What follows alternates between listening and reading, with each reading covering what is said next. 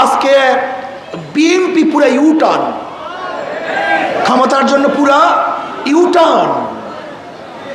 বিএনপির স্বাদ মেটে নাই, ওনাদেরকে আসলে পুরো অত্যাচার অবিচার করা এখনো হয় নাই। আওয়ামী লীগ সরকার যেই পরিমাণ নির্যাতন করছে তাতে ওনারা স্বাদ মিঠে নাই। ওনারা আবারও আওয়ামী লীগকে ক্ষমতা আনার জন্য পথ উন্মোচন করছেন। কারণটা কি? চোরে চোরে হালি, এক চোরে বিয়া করে আর এক চোরে হালি।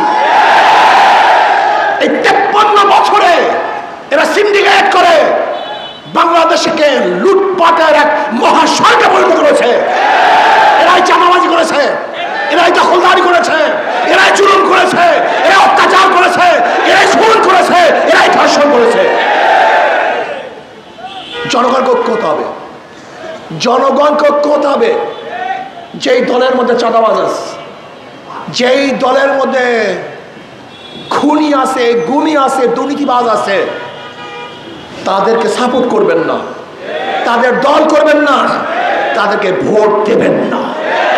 যদি জনগণ ঐক্য হন তাহলে কোনো দুর্নীতিবাজ আর ক্ষমতায় বসতে পারবে না। অন্তর্বর্তী সরকারকে বলবো, পিআর সিস্টেমে নির্বাচন দিতে হবে, সংখ্যানুপাতিক হারে নির্বাচন দিতে হবে। যদি সংখ্যানুপাতিক হারে নির্বাচন দেন তাহলে ওই সংসদ কোনো ফেসিস্টকে আর জন্ম দেবে না। জনগণের সরকার হবে, কল্যাণময়ী সরকার হবে। কাজে আসুন, আগামী নির্বাচনে শান্তির প্রতীক হাত পাখা, সবার প্রতীক হাত পাখা, জনগণের প্রতীক হাত পাখা, মুসলমানের প্রতীক হাত পাখা, হিন্দুদের প্রতীক হাত পাখা, শ্রমিকদের প্রতীক হাত পাখা, পুরুষ মহিলা সবাই প্রতীক হাত পাখা। এই হাত পাখাকে বিজয় করেন তাহলে ইনশাআল্লাহ দেশ বিজয় হবে। হাত পাখাকে বিজয় করেন তাহলে জনগণ বিজয় হবে।